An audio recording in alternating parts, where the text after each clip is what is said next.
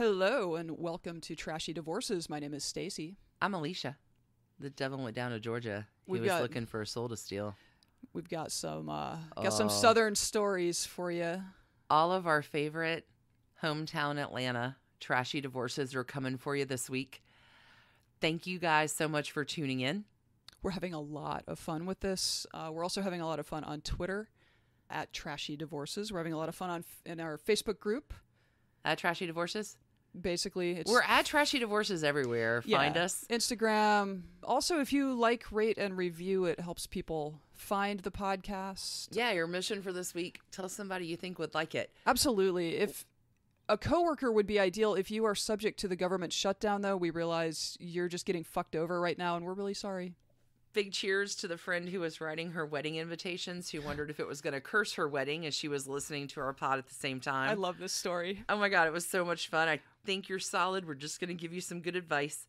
Big cheers to Best Neighbors Pod, who gave us a big shout out on their pod last week. That was great. We were bouncing around the house. Oh my God, screaming, yelling. Thanks everybody for tuning in, telling a friend, like, rate, review. Find us at Trashy Divorces on all social. We have got a story where I didn't mean to get so carried away, and I did. You find the tender. It's very nice. I did not do that. Alicia is about to tell you the story of Atlanta's favorite daughter. Mm-hmm. Stacie is going to share the story of Atlanta's least favorite devil of a son. Psh, most scandalous son of a bitch. You guys ready? Cue it up. Let's do Trashy Divorces. Whoop whoop.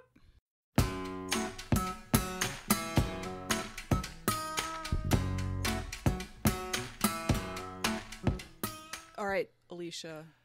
Stacie. What do you have for us this week here at Trashy Divorces? I'm so excited. Yeah. This week, I have the story of Atlanta's favorite daughter. Jane Fonda? Oh, no, but she's next. She's second favorite. Oh, yeah? She's the second favorite daughter's Junkman's cousin. She's an adopted daughter. She is an adopted daughter. She was not born in Atlanta. The focus of my story today is a woman who was Atlanta's favorite daughter, Margaret Mitchell. Author of Gone with the Wind. Mm-hmm. Margaret was born on November 8th, 1900. Okay. Turn of the century baby. Okay, so yeah, all right. When did Gone with the Wind come out? 1936. Okay. Again, you're starting at the end. That's actually the middle of today. So I was gonna say, I know how this ends because it's pretty famous as a pedestrian casualty, but stick with me. Okay, go ahead. Born into a socially and politically prominent family. Okay. Her mother is Maybelle Stevens. She is an attorney and a suffragist. Yes, I said that right. Wow. She is an attorney. Wow. In the South in 1900? Correct. Wow. Her father, Eugene Mitchell, is also an attorney. She has a brother named Stevens. Not Stephen, but Stevens, which is kind of a, I don't know, I guess you put an S on it in 1900. Okay. He's 4 years older. He was born in 1896. Okay. I'm prefacing this. I'm about to take a detour. Margaret Mitchell recalls of her childhood. It is what you put into your head that will help you survive. As a writer, I love this. As all writers since the beginning of time really are just aching to tell the story that is in their heart. That's what you write. Any author who writes anything is telling the story that lives inside of them. Okay. That seems true. From the tidbits that I've collected about her childhood, for my readers of Gone with the Wind, I think you're going to find some hidden gems in the story. I'm going to tell you, everybody, some things which may seem unimportant to the trashy divorce at hand, which is what we're here to talk about. But they are essential to understanding Margaret Mitchell, Gone with the Wind, and the supposition I have for the end of my tale. Okay. We can't ever start where we're supposed to start. We always start at the end. Anyway, as a disclaimer, I did first read this book at the tender age of 8. The spine is broken on my cover. It is a book I have read thousands of times. You look surprised. Did you not know this about me? Gone with the Wind? Yeah. I knew that you had an intense Gone with the Wind fandom. One may think this epic novel to Atlanta is a tribute to slavery and a long ago forgotten time that is looking to be immortalized. But I think the exact opposite, that Margaret Mitchell is telling the story of her childhood and only the story that she can tell. She grows up at the knees of veterans and widows, and she knows she needs to find some gumption to survive the world. Scarlet is Margaret Mitchell. She goes by the name of Peggy, and I will probably interdisperse those two names throughout the story. Just a quick little fact, Scarlett O'Hara, as a character, was written as Pansy O'Hara originally in the story and was only changed before the book went into publication. Do you know why? Why the name was changed? Yeah. It was a stronger name, but Margaret Mitchell wrote the book with Pansy O'Hara. So Peggy wrote Pansy. Gotcha, there you go. Gotcha. Okay, so we're going to start at the beginning. I have chills. I'm so excited I get to tell this story today. Margaret's father's side is from Scotland. They settled in Wilkes County, Georgia in 1777. Her grandfather did fight in the Civil War and was wounded. After the Civil War, he began supplying lumber for the rebuilding of Atlanta and proceeds to make a fortune because, Sherman burned it. Yeah. Her mother's parents came from Ireland and settled in Jonesboro, Georgia. Her maternal grandfather did also fight in the Civil War, and post-war, he was a prosperous real estate developer and one of the founders of the Atlanta trolley system. Okay. Just want you to have that backstory. Sure. There was a lot in there for readers of Gone with the Wind. I'm planting subtle hints in without... Mm-hmm. I want to make sure the people who are smart enough to already know her story are getting some new stuff in this, because I know I did, and I've loved this for years. When Margaret Mitchell was about 3, her dress catches on fire, and her mother freaks out. It is so traumatic for her mom that she starts dressing Peggy in pants from the age of 3 on. Fearing that it would happen again because she didn't want it to. So this makes an impression on little Peggy, who is in pants, and her brother at this time is 4 years older. All she wants to do is play with her brother. And he says, I don't play with girls. I only play with boys. She's like, it's cool. Call me Jimmy. Oh, geez. So she proceeds to go by the name of Jimmy until she is 14, just so she can hang out with her brother. Isn't that amazing? Yes, that is amazing. So she's kind of a tomboy. She liked to ride ponies, kind of a tomboy. Goes by the name of Jimmy. Wears pants. Wears pants. Mitchell says she heard Civil War stories from her relatives when she was growing up. As a child, she was always fascinated by the Confederate veterans who did not, as they're drinking on the porch, did not soften their language around this kid. And this is going to come up in a second with something very harrowing. Okay. So on Sunday afternoons, they go calling to older generations of relatives. This is so funny. Those who had been active in the 60s. Is that how they referred to it? The 1860s. Shit. Yeah, they were active in the 60s. Okay. She recalls sitting on the bony knees of veterans and the fat, slippery laps of great aunts and heard them talk. On summer vacations, she goes down to the old plantation in Jonesboro, and her maternal great aunts are there, who had been 21 and 13 when the Civil War began. So, she grows up hearing these stories. Now, the irony here, she grows up hearing these stories. This is 40, 50 years later.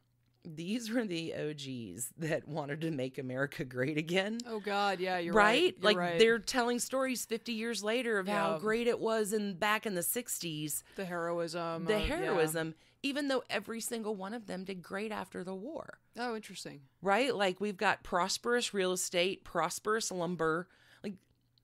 They did fine after the war, but with veterans and widows, it's still make America great again. The more you change, the more you stay the same. So at 6, her mom takes her on buggy tours through the country. They see burned out places. So Peggy later recalls what her mother said to her, and I'll quote, "She talked about the world those people had lived in, such a secure world, and how it had exploded beneath them. She told me that my world was going to explode under me someday. God help me if I didn't have some weapon to meet the new world. So Margaret's weapon really becomes her writing. She's raised in an era where children are seen and not heard. Her mom kind of uses hairbrushes or slippers as discipline, even though her dad, in 1912, apropos to nothing, abolished corporal punishment within like the Georgia state school system. Oh, so interesting. okay. She's from a family of kind of reformers. She is from a family of reformers, being the legacy of the old South. It's kind of a mind warp back in the 60s. Yeah, back in the 60s. Back in the 60s. Now, here's sort of what's funny. So Margaret learns all the gritty details of specific battles from going to visit these aging Confederate soldiers. She rides on the pony one day with an aging soldier and his girlfriend. She did not learn until she was 10 that the South had lost the war. Oh my God. That actually doesn't surprise me. Here's her quote. I heard everything in the world except that the Confederates lost the war.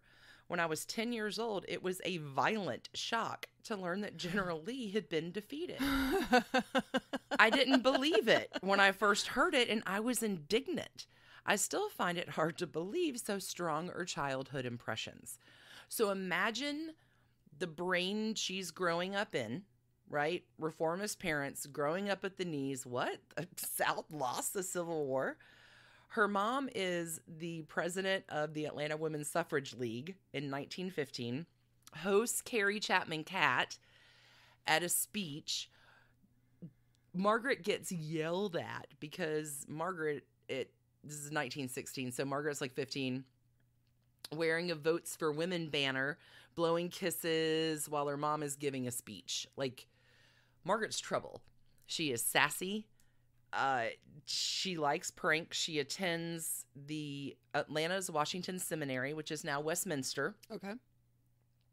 At the time, Atlanta Washington Seminary was a fashionable private girls' school. She was really active in the drama club, where she begins to play all of the male character roles in Shakespeare, in whatever. Gotcha. Because it's an all-girls school, so somebody has to, right? Well, Jimmy's got a... Yeah. Jimmy needs a... Jimmy's got the pants. That's right. So she also joins a literary club. She has 2 stories published in the yearbook. So take a pen out of that gritty language. Nobody holds anything from her. In one of these stories published in the yearbook, Little Sister is the name of the story. She writes, 10-year-old Peggy is the heroine. She hears her older sister being raped and shoots the rapist. Listen to this line. Coldly, dispassionately, she viewed him, the chill steel of the gun giving her confidence. She must not miss now. She would not miss. And she did not. This is a kid in high school. Yeah, That is a... Yeah, no, in 1916, writing these stories. She graduates from Washington Seminary in 1918, falls in love with Clifford West Henry, who leaves to go. He's a chief bayonet instructor at Camp Gordon, and he sets sail for France.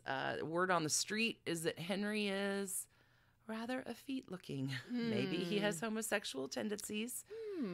But he gives Mitchell an engagement ring. So... Jimmy. Jimmy, male roles, gay boyfriend. Okay. I feel like you're painting a picture here. She goes to Smith College, and a month later, Henry is mortally wounded in action in France. Oh, okay. So that... Dead gay boyfriend. So that is not the trashy divorce. That is not the trashy divorce. So here she is at Smith College. I've been a freshman in college, and your whole world rocks, and it's a tough time anyway. But her boyfriend is dead. Right. Her mother that winter in January of 1919 dies of the influenza epidemic. Oh, jeez. So she finishes her freshman year at Smith. She returns to Atlanta to take over the household for her dad. Her mom said that her world would blow up beneath her or whatever. That's exactly right. There you And go. it does. So she comes back to Atlanta because Dad needs Yeah. supper on the stove. Sure. She comes back to take care of Dad, brother, never returned to college. She does get an honorary degree from Smith. I'm busting in with the fact for later, but Okay. she does get an honorary degree from Smith later. But right now, I wasn't worried. I mean, no education.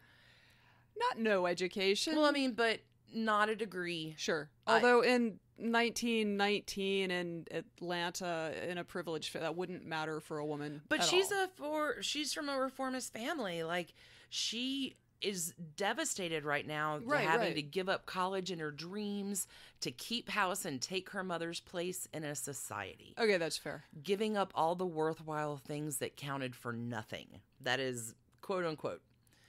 So Margaret begins using the name Peggy. So I guess she leaves Jimmy, evolves to Peggy. We're going to like this. And it starts to use Peg at Smith when she finds some inspiration in Pegasus, who inspires the poets. There you go. Just saying. There's a lot of hidden. All right. Some other important historical things. She's 19 years old when the 19th Amendment is ratified. What? Okay. 1920 struck down that restrictive rule. She's a flapper in Atlanta. Gin and jazz, baby.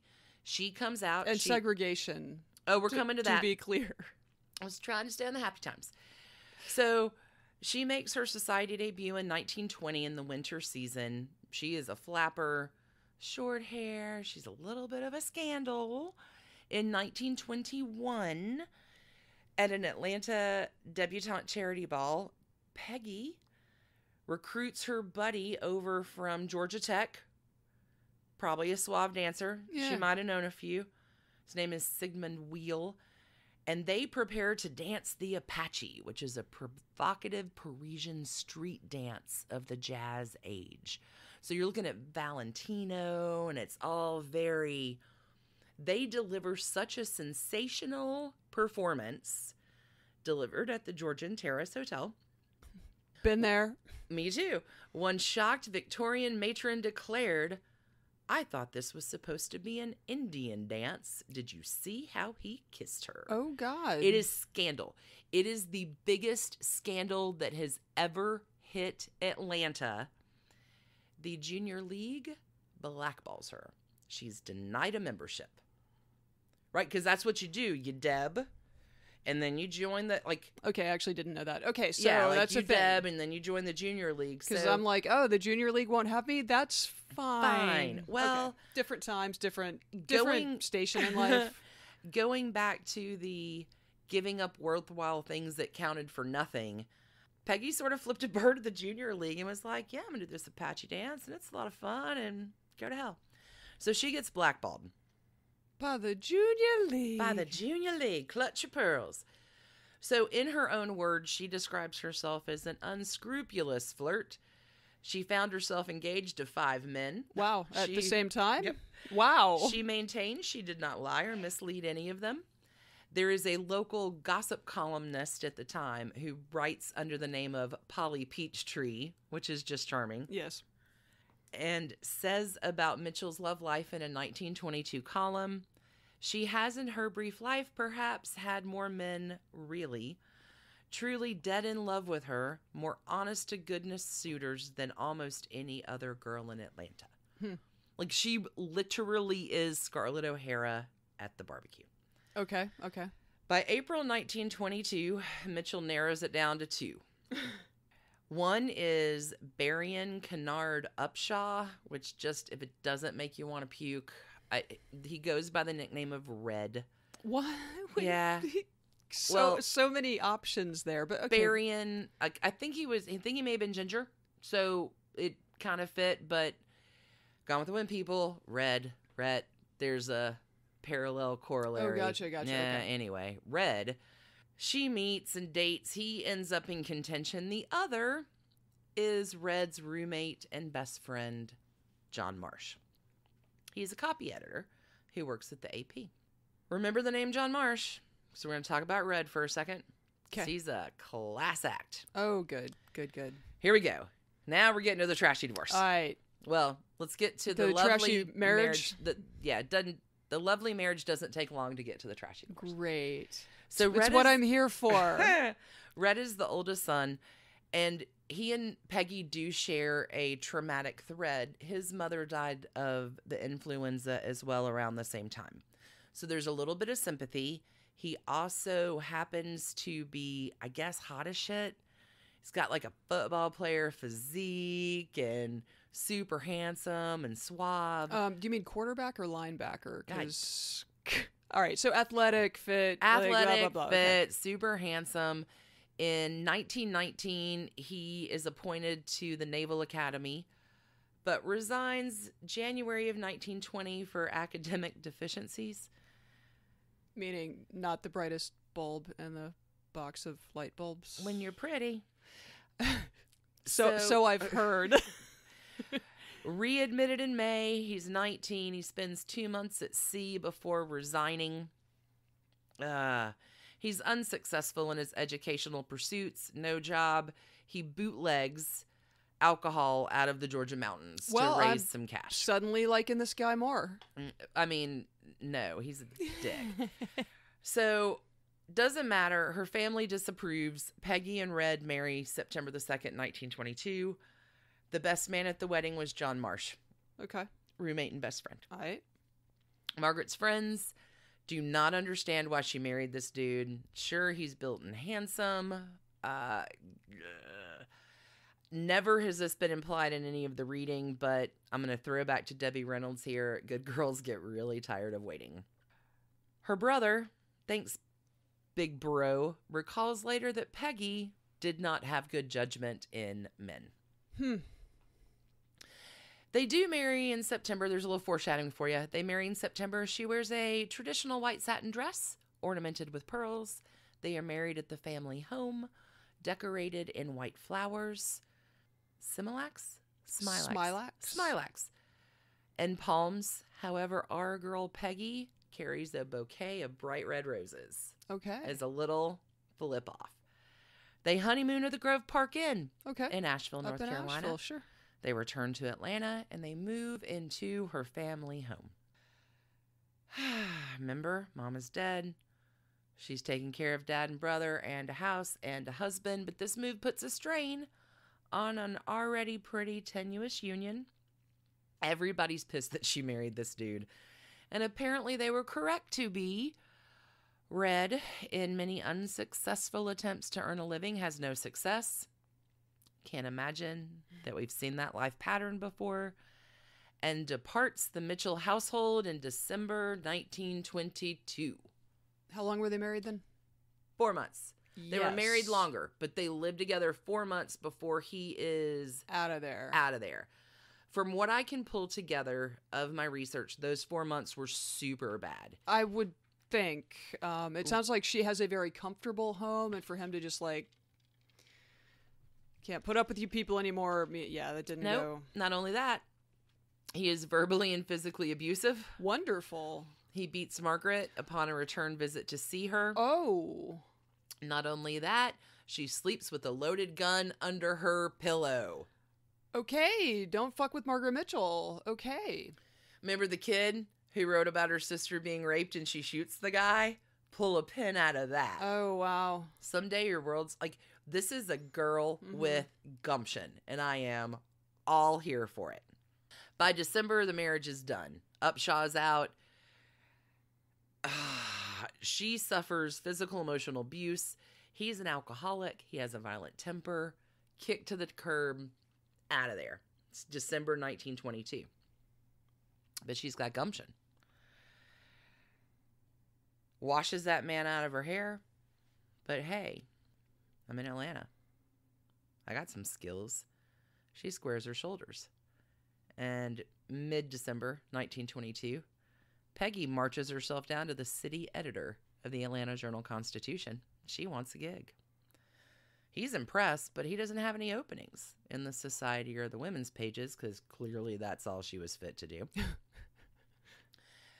AJC, Atlanta Journal-Constitution, was not ready yet for women to do any kind of real news reporting. She's like, all right, nonplussed. Next week, goes on another interview with the Atlanta Journal Sunday magazine, who are blown away by her. She says later she lies about being a speed demon with typing, but she gets the gig. Sure. And her first article is published December 31st, 1922. Cool. So think about the month of December. Sleeping with a loaded gun. Yeah. Husband out. Let's get a new job. She is a woman of the new age. Gotcha. At the time, right, she's been married about 4 months. This is just writerly stuff that I thought was interesting. She does release 2 articles using his last name and then requests to keep her maiden name and does so for the rest of her life in writing. She goes by Margaret Mitchell. Her friends and family will always know her as Peggy. And then, hold on, I don't want to ruin it. Okay, so working at the Atlanta Sunday Magazine, she begins to get gigs with the Atlanta Journal-Constitution. There's a delightful little book called Margaret Mitchell Reporter that collects all of these articles, stories, which are really the most charming slice of Atlanta in the early 1920s. Fascinating tale. We'll link to it. I have all of my sources that we'll put on the website. Okay. In the 4 years and 4 months that she worked as a reporter, she turns out 129 features, 85 news stories, and several book reviews. Wow. Pretty impressive, right? Yeah, that's a lot of writing. So she's a little spitfire. Yeah. Okay. But where's Red? They're still married, right? She's okay, still, I was wondering. So where did he go? So he walked out, and that was that, but they're not divorced? We're getting to that. Here's your trashy divorce. Red, our real original poster boy for toxic masculinity in 1924, agrees to an uncontested divorce. He had been contesting it until then, but Dad eventually buys him off with some cash and the promise that they will not press assault charges on him. Huh. That's handy. That's handy leverage there. Handy. I guess Red decides this is a good deal. No jail time? Cool. Get while they get. Rise on the mountain, run, boy, run. Yeah, right. Yeah, so off he goes. He does remarry. He comes to a sad end in 1949 when he dies from a fall from a hotel window in Galveston. End of Red. Not weird. Okay, go ahead. End of Red. Are we done with the story? Are we? Nah. You're not going to leave us hanging. There's always more. There's the rest of the story. Remember the best man, John Marsh? Sure. On July 4th, 1925, 24-year-old Peggy and 29-year-old John Marsh get married. She realizes, she knew immediately that she had picked the wrong guy. And they get married in 1925, and they make their home at the Crescent City Apartments in Atlanta. They affectionately call it the Dump. Some little Atlanta history. Sure. This is now the Margaret Mitchell House and Museum, right, where you can go. It's available for tours. They also host exhibitions. Anyway, they get married in 1925. The following year, so the trashy divorce is done, but the story's not done with her because she's Atlanta's favorite daughter. Right. We needed a little joy and redemption. Right. Because, your story's scandal. My story's awesome. Go ahead. So the following year, 1926, she sprains her ankle, which had been broken before in 1911 and 1920. She resigns from the paper. Okay. She's stuck on a couch. She's stuck on a chair, and she really does begin writing in earnest for the next 3 years what would become her claim to fame. Gone with the Wind. #1 selling novel of the 20th century. In 1925, she does finish the bulk of her novel. She shows it to John Marsh, her husband, and her friend Lois Cole, who does happen to handily work for Macmillan Publishing. Oh. Lois begs her for 5 years to, please do something with this. In 1935, she finally convinces Peggy to show it to Howard Latham. Her manuscript is accepted in July of 1935. She gets $500. $500! And spends the rest of the year editing, checking historical accuracies, and crossing out Pansy and rewriting Scarlet. Yeah. So in 1936, Gone with the Wind is published in June. By October, it's sold over 1 million copies. David O. Selznick purchases the movie rights for $50,000 in 1936. The cat's really liking this part of your story. He's excited. He's turning around in circles. In 1937, Gone with the Wind wins Pulitzer Prize, a National Book Award. and the annual award for the American Booksellers Association. So in 1939, Gone with the Wind, the film, premieres December 15th at Lowe's Grand Theater. Like, this shuts down Atlanta. It is a huge deal. There are parades, dances, balls. The biggest ball of them all is the one being held by the, take a pin out of it, Junior League. Fuck yeah! So Peggy is notoriously shy. She's very much an introvert. Like, she's not, I mean, she does what she has to do, but Sure. she is not comfortable in the public eye at all. She attends every damn thing in Atlanta that week that is a big deal thing, except for the biggest deal thing of them all, which is the Junior League Ball, because fuck you. My Apache dance was badass. Good for her. Good Just for her, good- yeah. right? She's a little sassy.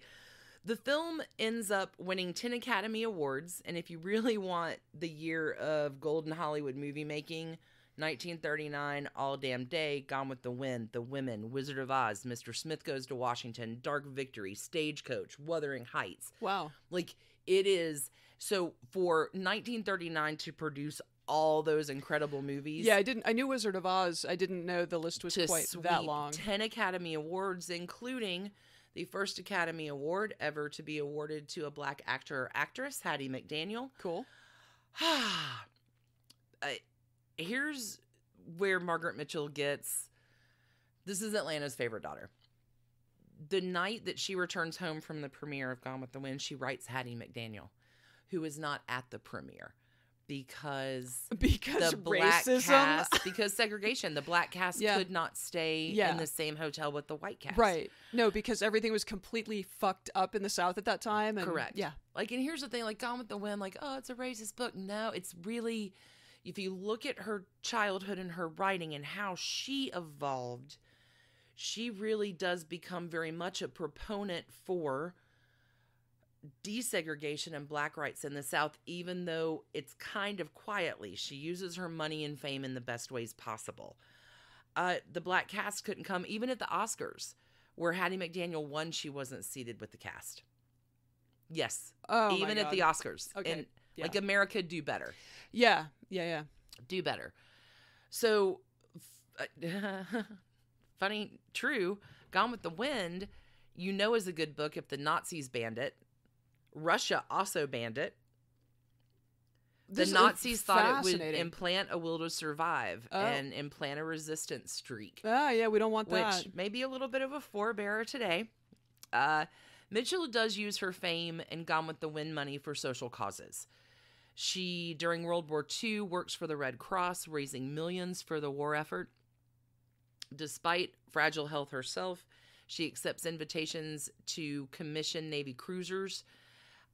Two, actually, both USS Atlanta. The first she christened in September 1941. It was sunk during the war, and she raised money again to go back and christen the second. Okay. Like, she has a ton of money. Right. She still drives a 1929 car. Like, she is not, Sure. she's, for use of a better term, braggadocious about anything. Yeah, like, she's living a very quiet life frugal. Yeah. with her second husband, John Marsh. They're very happy. In 1942, she gets a letter from Benjamin Mays from Morehouse College.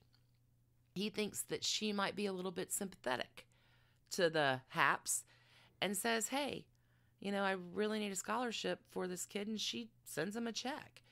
And Mays, if you don't know, is the mentor of Martin Luther King Jr. He kind of thinks, hey, maybe this lady can help. They begin this secret correspondence that lasts for the rest of her life with his students as letter carriers. They never meet in person, but she ends up sponsoring dozens of scholarships for undergraduate and medical students at Morehouse College. She also quietly helps fund the first hospital for blacks in Atlanta. Very cool. Margaret and John have a happy marriage, or at least one that's calm and easy. He's a writer. He ends up working at Georgia Power, manages the business of Gone with the Wind. He loves her. She loves him. Quiet life. She spends a crap ton of money on a bunch of causes because she can do something with it. Sure. He suffers a stroke in 1945. She nurses him for 2 years until he's out of danger. They watch a lot of movies as he's recuperating. VCR. Yeah, like they had real films. Yep. Margaret Mitchell does meet a sad end. Yeah. On Atlanta traffic's terrible. Jesus Christ, Peachtree Street, which is really it, Peachtree Street. Yep. On August 11th, 1949, crossing Peachtree Street, she and John Marsh were on the way to see a movie. Peggy was struck by a drunken taxicab driver, fell into a coma, and died 5 days later. On August 16th, she is buried at Oakland Cemetery, right down the road from us. And that is the tale of Atlanta's favorite daughter. Also, our most prominent pedestrian car strike victim. It's so sad. Like, I remember being, like, I'm still heartbroken about this. No, it was one of the first things I learned when I Really? moved here was, like, don't even try to be a pedestrian here. Even Margaret Mitchell got killed by a car. Like, Margaret Mitchell is a super big deal in Atlanta. Yeah. I'm going to go ahead and close me into the last few sentences, but she was asked what was the theme of Gone with the Wind. And I think this is a pretty good way to sum up my Atlanta's favorite daughter story. If the novel has a theme, she says, it is that of survival. What gonna do this and not cry because I love her. What qualities are in those who survive that are lacking in those that go under? I only know that survivors used to call that quality gumption. So I wrote about people who had gumption and people who didn't. So, in conclusion, I know I'm all tearing up. Gumption, man, she's so sassy. I love her. This is an unexpected thing It's that is unexpected for me, happening too. on Trashy Divorces. I didn't think I was going to cry.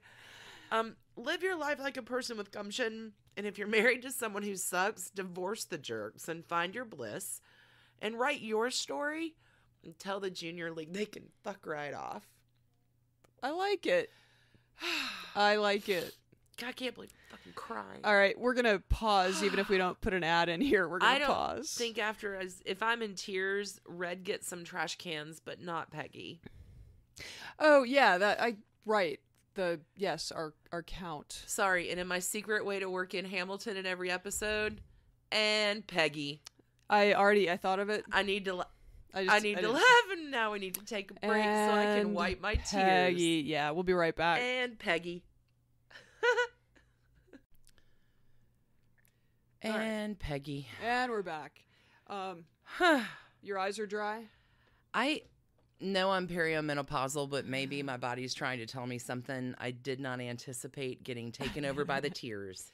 Did you actually finish your story, or did you perhaps just get overwhelmed, carried away? What do you mean? I mean Pants and Jimmy and writing strong female characters. Margaret Mitchell like an undercover hidden lesbian? Secretly? I don't know. You tell me. Jimmy, Pants, gay boyfriend, lots of boyfriends, bad first marriage. A lot of lesbians have one where you realize, hey, and then finds John Marsh and they're happy, childless. Yeah, they never. Now, but she did have a lot of illnesses. Right. And traumatic things happen physically, so there might have been forbearance. Maybe that fire when she was a kid burned her ovaries? I don't know. The secret writer in me almost wishes I could find evidence that Margaret Mitchell might have walked on the wild side during the flapper. Yeah. Don't ruin my fantasy. It's my secret fantasy. I would never ruin your Margaret Mitchell Gone with the Wind fantasy. Thank you for bringing me back to the point. I did not anticipate the emotion, but in writing this story, I found all the good things, even though it was kind of a trashy divorce and Red Upshaw's a dick. Yeah. I tried to find all the good things because you are covering this week the ultimate Atlanta trash bag. Down here, we just call him the trash bag of Atlanta. We don't. We call him Newt Gingrich. Do you want to ask me if I'm ready? You're not ready. Are you ready? Oh, no, I am, because I've actually pulled up 100 synonyms Oh. for loathsome. Oh, good. Disgusting. You'll need all of them. And gross. Yep. Because I have a feeling this story is going to be so lit. I'm going to be stunned by your storytelling amazingness of Atlanta's most scandalous son. And I wanted to have something else to choose from besides, what a dick. Yeah, well. So I have a lot of words on the ready, on hand, go. You're going to need all of them. Atlanta's most scandalous son. My God, I call this, honestly, at your request, I call this do as I divorcee, not as I do. It is not my request. That is one of our listeners. Oh, is one it of really? our favorite listener, Perfect. Aaron. Perfect. Yeah, Perfect. suggested that name for this particular divorce. All right, let me throw in some credits here because I actually, Sure. I mean, Do it. Newt Gingrich is a famous political figure, and there's been much written about him. Much of the story comes from a 1984 Mother Jones article called The Swinging Days of Newt Gingrich by David Osborne, and from a 1995 Vanity Fair profile called The Inner Quest of Newt Gingrich by Gail Sheehy. We'll link to those along with the rest and along with your sources at trashydivorces.com. Devin went down to Georgia. What is there to say about Newton Leroy Gingrich? You mean Voldenute? Voldenute. Voldenute. Okay, I'm you give taking me- off my glasses. Could you give me a synonym for loathsome right now? Because Oh, how about... Oh, shit, I you took off took my your glasses off. I can't do that. Hold on. Scandalous. well, fair. All right. I'm sorry. So, Contemptible. oh, excellent one. Tell me the contemptible, despicable tale All right. Let's. of Voldenute. If you do not know who this person is and was, let me help.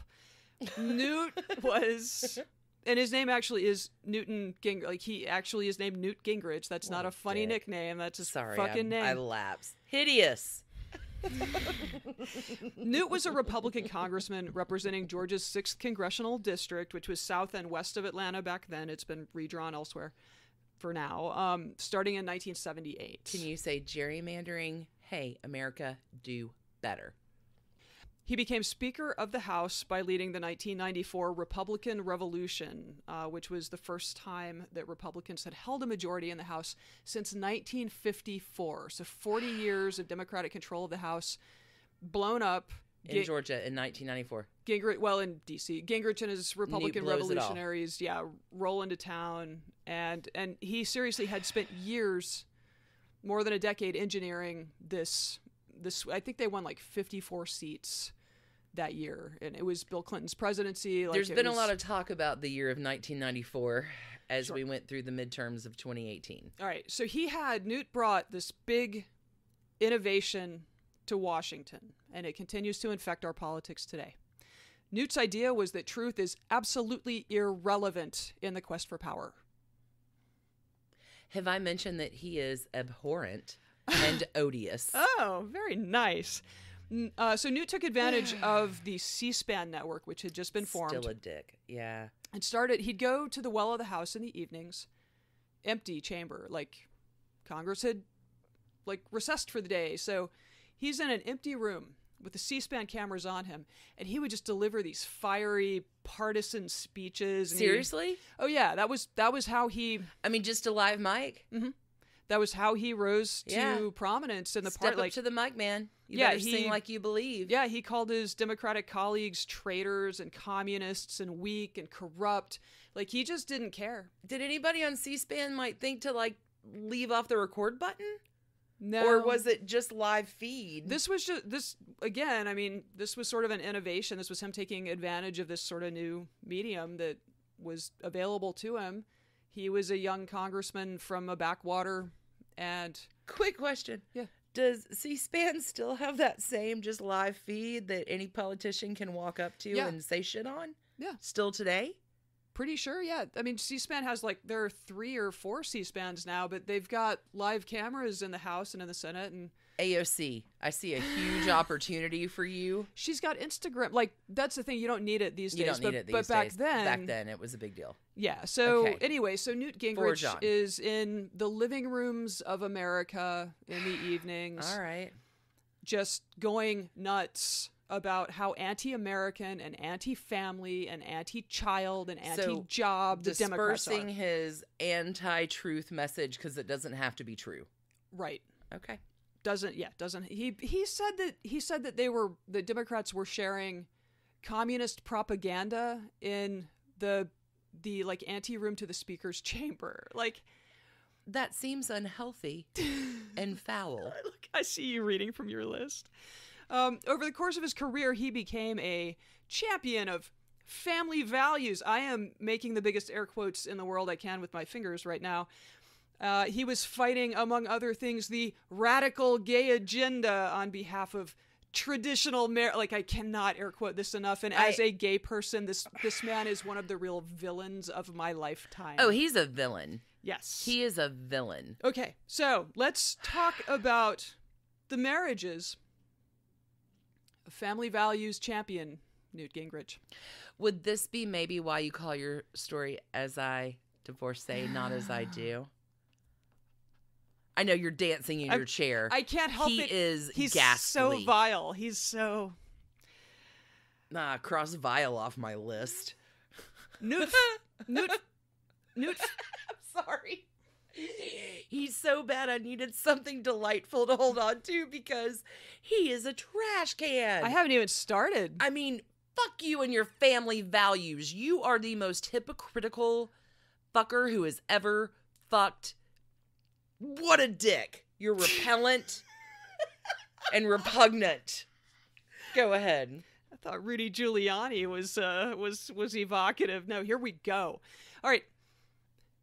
It starts sweetly enough. And it begins. When Newt is 16. Yeah. Newt. He falls in love. A Newtlet. A little Newtlet falls in love. And when he's 19 in 1962, he marries his high school sweetheart. It's totally sweet. That's super sweet. Yeah. Are you going to make me feel better about Newt Gingrich? No, because his high school sweetheart had also been his high school geometry teacher. What? What? He married his How old is she? 7 years older than he is. Whoa. I have some questions. Yeah. So, you know. He's 16. Mm-hmm, mm-hmm. She's his teacher and is 23. Mm-hmm, mm-hmm. And they fall in love? So the story that they told during their 18-year-long marriage...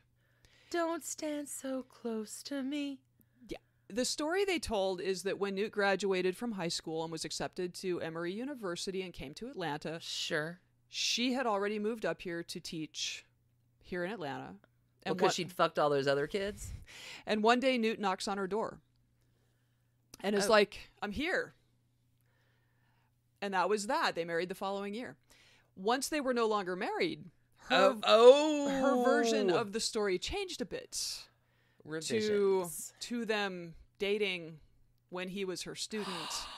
And there's a HuffPost article that includes mention of dalliances in the back of his car at night, or her car, I'm not sure, but backseat dalliance. Anyway, so how these days we call that a crime. Okay, so her name was... I got around a bunch, but as a 23-year-old, I never fucked a 16-year-old. That speaks well of you. No, like Hey, they ended up married. Again. Nauseating. That was apparently 1959, though. 1960, like, I don't know. In South Georgia, are your options for girls limited? What do you think those other 16-year-old girls did in the class? Like, Newtlet, you're so cute. And he's like, nope, I'm hot for teacher. Doubt it. I've seen pictures. I don't think so. All right. Jackie Batley is her name? 7 years older. Juicy. The marriage was sort of atypical for the time period. Got myself a younger man. Well, a younger student, Jackie worked. What? Newt went to college, and then Newt went to grad school, and he refused to get a job until he got his PhD. So his only work experience before being a congressman was that he was a history professor at West Georgia College. Okay, so hold up. What you're telling me is that Jackie worked her fucking ass off. Oh, yeah. to the bone day by day Uh-huh. to support him through undergraduate, Yep. postgraduate, and a doctoral degree. Yes. Emory and Tulane, to be specific. I'm sorry. I have to consult my list again. Oh, just wait, because they do break up in the end.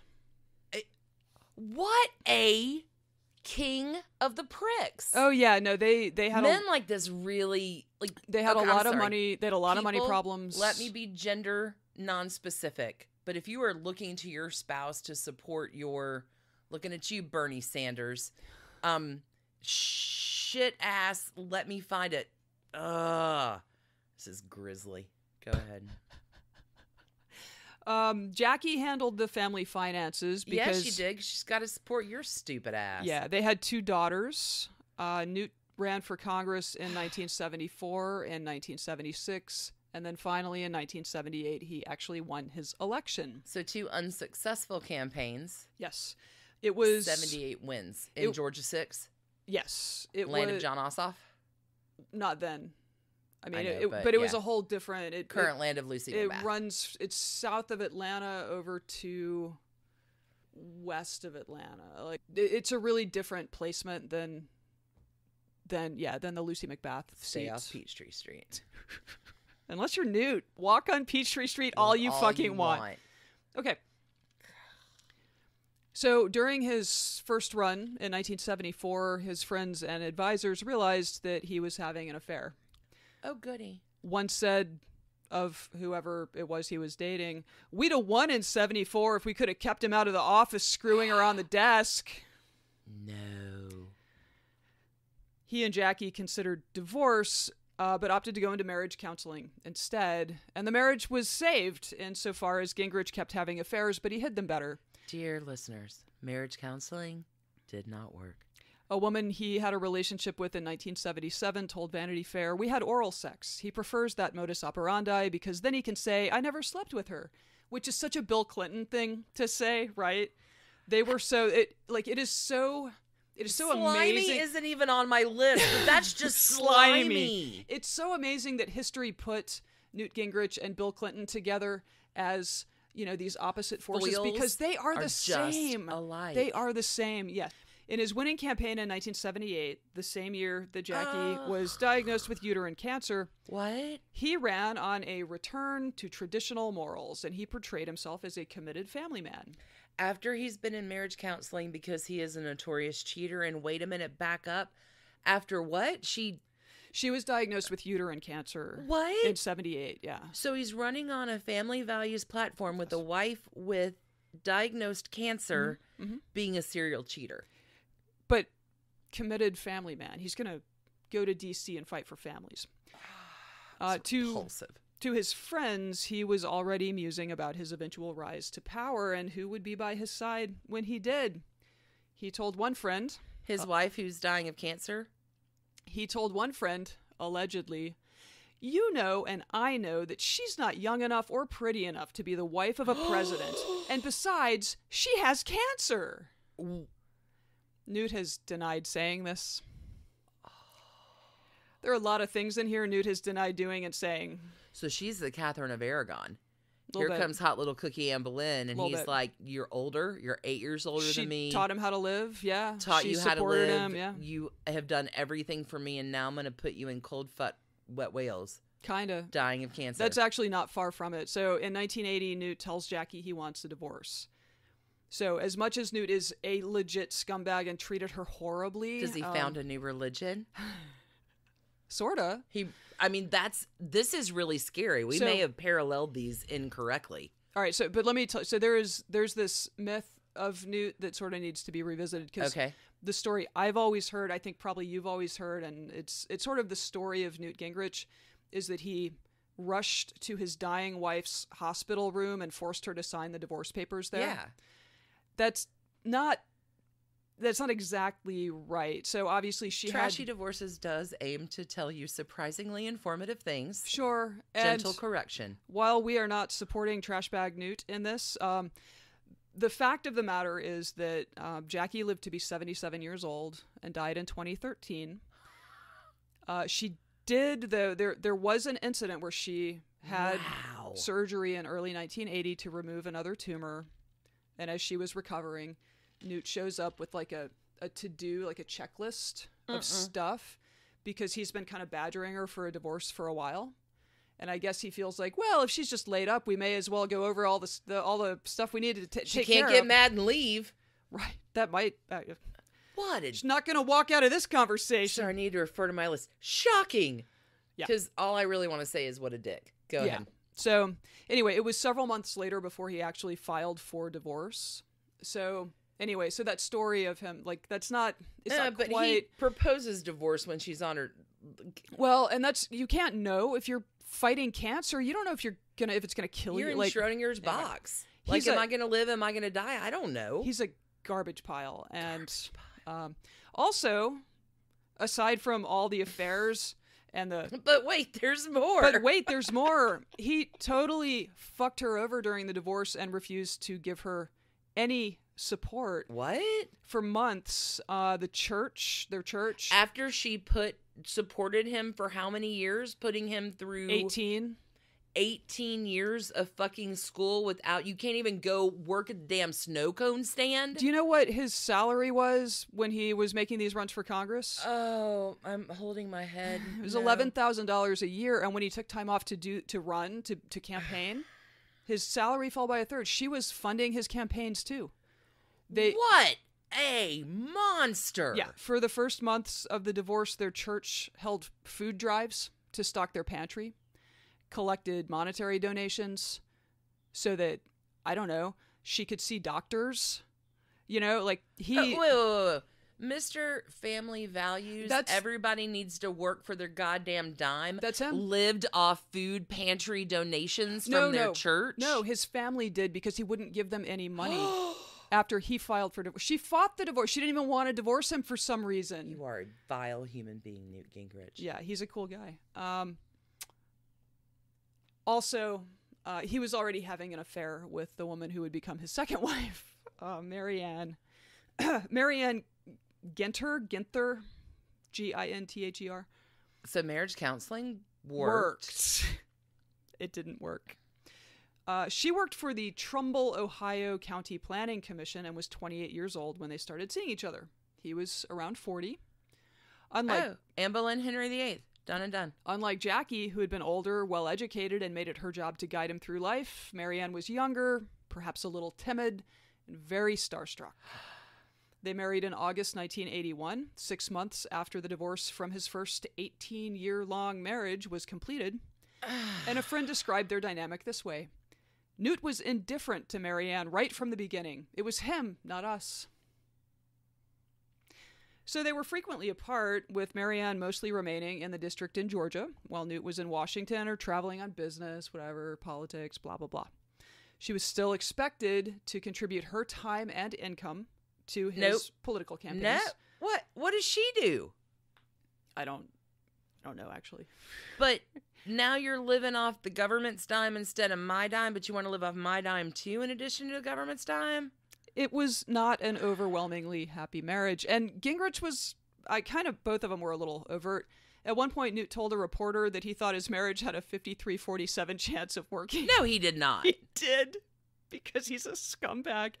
Marianne was quoted in the 1995 Vanity Fair piece saying, "I would have to honestly say that Newt has worked very, very hard to change," which is totally what you say about people when things are solid. And it turns out he had not worked that hard. This is not a healthy relationships podcast. And had not changed. I'm going to read a paragraph from the Vanity Fair profile. Okay.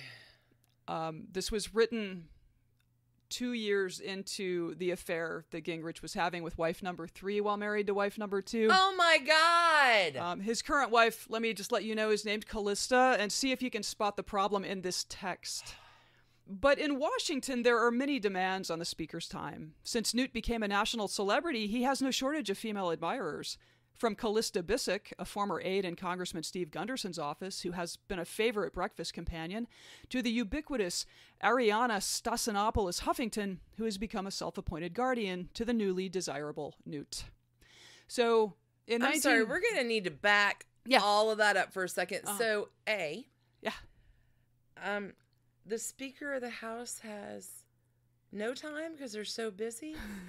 So they can see all these women for breakfast in nooks, but, you know, Nancy Pelosi's still getting shit done.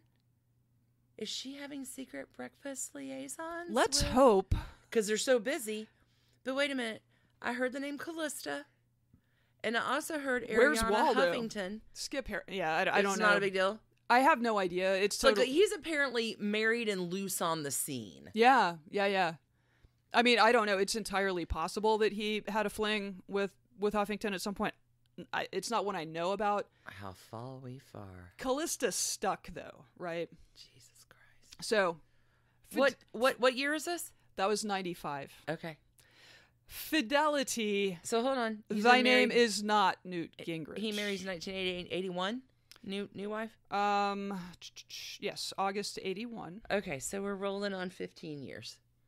And I'm cheating on you, but God knows how many other people I've cheated on you with because absolutely. Just can't find a marriage counselor that works. So he's monstrous. Gingrich and congressional staffer Callista, who is 23 years his junior, started sleeping together in 1993, an affair that happened to overlap his speakership and his tormenting of Bill Clinton for his affairs, but whatever.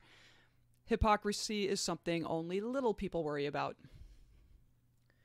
So there's one legislative event that actually has been quite important. Glad you're talking about this because I'm about to bring it up. So I'm going to let you go ahead and do it, writer of the story. We're going to talk about a little law that... As I sit up a little straighter and get ready to yell. Yeah. We're going to talk about a little law that Newt and his Republican revolutionaries championed called the Defensive Marriage Act. Motherfucker! DOMA. This was Republican legislation introduced in the Congress in May of 1996, an election year, and the House Judiciary Committee explained that the law was intended to, quote, reflect and honor a collective moral judgment and to express moral disapproval. Of adultery? No. Of homosexuality. So basically all these adulterers have decided, you know what we need to do is kick some gay people around. You got a lot of damn gall. Mr. Hypocrisy. Oh, yeah. Who lives nothing like a kind life. No, if this is the big defender of marriage, marriage is in trouble. And Jesus wept. At the time, there were no states that allowed gay marriage. This was all just a 94, preemptive fantasy going on. DOMA said that while states could legalize gay marriage if they wanted to, other states didn't have to recognize those marriages, undermining the Constitution's full faith and credit clause. Convenient loophole. Additionally, DOMA defined marriage as between one man and one woman in federal law, meaning that federal death benefits, for instance, didn't apply to same-sex spouses in the event that anyone ever legalized gay marriage, which, of course, they all did. And so, of course, in 2013, the Supreme Court said, this is unconstitutional and killed DOMA. Newt's big legislative legacy was unconstitutional. The dick. I'm sorry. No fucking duh. It is absolutely unconstitutional. And when we look at, maybe you broke the GOP. And maybe you did found a new religion on a GOP that has no legitimate construct in truth, where you seem to think you can get away with every bit of your bad behavior, where good people, people of color, gay people, trans people, different gender identity, Latina people, Puerto Rican people. Fuck all you fucker Newt Gingrich. I'm so mad at you. So got a lot of damn gall. 1996 was a presidential election year, and Gingrich used DOMA as a cudgel against fellow adulterer Bill Clinton, who was running for re-election that year. Clinton had come to power as a friend of the gay community, although I think, like most of the communities that Clinton came to power as friends of, we've all reconsidered a bit in recent decades. I mean, for any quasi-Republican listening to this, I do have to say legitimately, Bill Clinton's not much better, and they both have their problems on the side of shady. So the DOMA bill was a way I'm so mad. for Gingrich and the Republicans to remind voters that Clinton, was on the side of people not like them. Sure. And also a way enemy. a way for the Republicans to pretend that they cared deeply about family values and would go to the mat to protect, normals from, I don't know, gay people who might want to make families. I think 40 years of evidence has really proven their point that they really are on the side of the common man. Yeah. And I'll say this. As I was writing this, I just had a feeling that if I tried to explain DOMA, the 90s, like the Republicans and to a 20-year-old today, they would not understand. They just would. Like generational concepts, you forget. Yeah, the terms that were in play would just not make sense to. I think Perimenopausal lady has not forgotten, and I was young then. Sure, and I'm still mad about DOMA. Oh yeah, no, I will never not.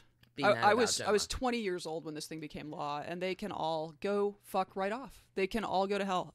These people scarred me, and I hate them, and I will always hate them. Hey, why don't you go stand over with the Junior League, clutch your pearls, and fuck right off? Go walk across Peachtree Street, Newt.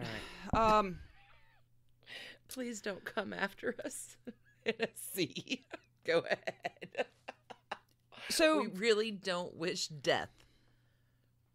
He's 75. Out loud to Newt Gingrich. Gingrich, who was married to wife number 2 and 3 years into an affair, pushed through this marriage-protecting legislation with veto-proof majorities in the House and Senate. Sure. Noted adulterer Bill Clinton signed it into law. Reluctantly, he said later. And marriage was saved! Sorry, I heard veto-proof majority. Yeah. President can't do anything about it. Gosh, if only Mitch McConnell. If you are not old enough to remember, just know that the 1990s were scandalous. A really weird time when a bunch of public adulterers were scolding everyone else about marriage. Decided to hold moral high ground on the values of America. It was the craziest thing in the world. All right. This is what broke us. So 98 midterms happen. Republicans, it turns out, are not that popular with people. They lose 5 seats, which is the worst performance. With humans who have souls? Yeah, it's the worst performance of an opposition party in a midterm in many decades. There is a boatload of ethics violations against Newt himself, who clearly is fast and loose with everything. It's a real head scratcher. He's forced out of the speakership, and he resigns from Congress in January 99. Yeah, he does. This does not end his career in politics, but it did take him out of the power structure, for which we should all be deeply grateful. Meanwhile... And the crowd cheered, hurrah! Meanwhile, at home, sometime in late 98 or early 99, Marianne, after roughly 18 years of marriage, is diagnosed with multiple sclerosis. What do you think Newt did when he found out? He filed for divorce! He filed for divorce twice in his life to women he'd been married to for 18 years who developed a disease. That is Newt Gingrich. Moving on. And this is where I'm stunned. I'm sorry, let me consult my list. Foul. Nauseating. Fulsome. Dreadful. What a fucking fucker dick. Fucking nightmare. And he'd been having this affair with Callista for the past 6 years. 6 years. Talk about hanging on a thread. He's a monster. Newt and Callista married in August of 2000. He likes August marriages, apparently. 4 months after his divorce from Marianne. So he waited 2 months less than the first one. Sure. Great. Let's talk about Callista. Callista, staggeringly, considers herself a devout Catholic. Shit. I see where this is going. She even sings in the choir of the Basilica of the National Shrine of the Immaculate Conception in D.C. Fucking your married boss for 6 years? Rules. No bigs. But I don't know, realize as a teenager that you're gay? Oh, that's terrible. I hate these people so much. So in the Catholic religion, I'm sorry, I just had a flashback to all of my Catholicism classes. Sorry. under the branch of sins, there are mortal sins and venial sins. That's all I have to say. Okay. There you go. I just pulled out some CCD lessons. Apparently, confession absolves a lot, and now... No, it doesn't. And no, now, it doesn't. For Newt, it does too, because in 2009, he converted. And in the process, he asked the church to annul his marriage to Mary Ann for some reason. Mary Ann's too? Okay. And she didn't want the annulment, but it happened. So either he somehow convinced her to say yes, or he just paid the Catholic Church extra to ignore. No, because that's the thing. You spent a lot of time researching annulments. I didn't, actually. I know you sent me some stuff. I did. So, not both parties do not have to agree to an annulment in the Catholic Church. See, I was just Henry thinking... VIII, you started this shit, I dude. was just thinking we could maybe tweet at the Defender of Traditional Marriage on Twitter to ask... about the rules of annulment. How much do you have to pay your diocese? Yeah, that's kind of my question. So, 2009, he becomes a Catholic. He's been married to Callista for 9 years. They annul one of his marriages, so he is not yet Catholic married. Oh, because he's still married to Hot for Teacher. Yes. Okay. Who did not die of cancer in 1980. So much easier when they're dead to represent yourself at the annulment court. You're not kidding. In 2016, Newt jumps on the Trump train really early. And so he reportedly was considered as a running mate. Once Trump won, he was floated for Secretary of State, Chief of Staff, Presidential Advisor. Why did not he get any of these positions? That's a great question. And I think it's because Newt Gingrich is kind of a weirdo. And there's only so much room in a White House full of weirdos for one more. He is egotistical, is he too ambitious? Opportunistic. He is ambitious. But he's always pretended to be the ideas guy. And believe me, I have very few moments of sympathy for Donald Trump, but my guess is when Donald Trump talks to Newt Gingrich... It's too much. He gets off the phone and is just like, what the fuck with that guy? What did he just say? Yeah. Hey. So I think that Gingrich, thanks for being Paul Ryan's wet dream poster boy growing up. Yeah, I think that Gingrich exhausts Donald Trump. Well, he's a really vocal proponent. He is. He's a talking head. But you know why? Do you know why? Well, do you know why? Do you want to know why? I want to know why you're going to tell me why. Because his Catholic wife wanted to be the ambassador to the Vatican. And do you know what happened? Do you know? Tell me. Do you know? In May think? You're like Daryl Cooper Smith in Adventures in Babysitting. Do you know? In May of 2017, Trump nominated Callista Gingrich, a woman who fucked her married boss for 6 years. No. To be the United States ambassador to the Vatican. That's some holy see. Observers in Catholic media were... What do you know? They were a little taken aback. This is from Michael Sean Winters in the National Catholic Reporter. Mrs. Gingrich's personal life no longer causes a stir, apparently. Still, it is astonishing that a party that celebrates family values at every turn has a president who's on his third wife and who bragged about his extramarital affairs and who is appointing an ambassador to the Vatican who had a 6-year affair with her future husband while he was still married to his second wife. I don't straight people get away with so much shit. It's the truth.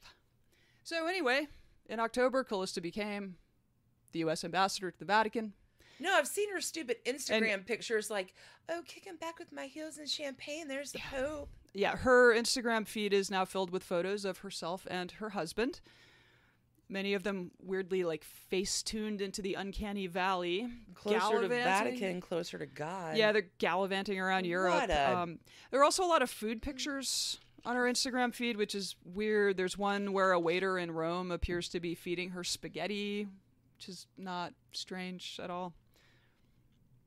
All right, here's the let me give you the kicker. Let me give you the awful, horrible, terrible kicker to all of this.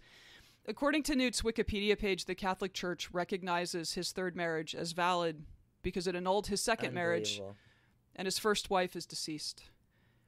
Which means that following Jackie's... he had to wait for the first one to die in order for his marriage... Which means that following Jackie's death in 2013, he and Callista went back to the church to point out that she had died to get their Catholic gold star or something. They'd been married for 13 years at that point. What a fucking dick. So that's the story of the trashy divorces and just life of Newt Gingrich. Obviously, this guy has a clock when it comes to women, and he's got an aversion to illness. And if past his prologue, the third marriage should be over pretty soon. So stay healthy, Callista. Your husband gets 5 trash cans. I am out of synonyms. What a fucking dick. Keep your prick in your pants. What is wrong with you? You are the devil came from Georgia in Atlanta's most scandalous son. I concur with your 5 garbage ban. Yeah. He's Henry VIII reincarnated. He's an ugly, like... Give him a few more years. Let's see if he can get 3 more wives in the can. Yeah. Before he got... The good news is that he's 75, which means he won't be around that much longer, one way or another. So 2 trashy divorces for Newt. So far. That were pretty grimy. Oh, super grimy. His children were being fed by their church. Psh. Stay healthy, Callista. Yeah, he's a good Catholic. It was a Baptist church. It was before he converted. I need a drink. Great. That's it for us this week. That's a wrap. On trashy divorces. Those are our favorite. Oh, Atlanta. Hometown. Devil went down to Georgia. Atlanta divorces. We'll talk to you next week. Wowza. What a dick. Keep it trashy. Shh, stay single. Don't marry Newt Gingrich. No. God, yes. Cheers, y'all. Cheers. Trashy Divorces is brought to you by Hemlock Creatives. Our music is by the extra super fabulous Ratsy. Check out her store at Ratsy's store on Instagram. Our art is by the amazing Sydney Smith. Visit her portfolio at sydneyvsmith.carbonmade.com. Learn more at trashydivorces.com. Join our Trashy Divorces Facebook group and follow us at Trashy Divorces on Twitter, Instagram, and we have a YouTube. And if you're enjoying the pod, tell a friend. It really helps us, and let's face it, your friends will like you better for it. Almost certainly. No, they may like you worse, but... They almost certainly will like you better. It's trash candy. It's so much fun.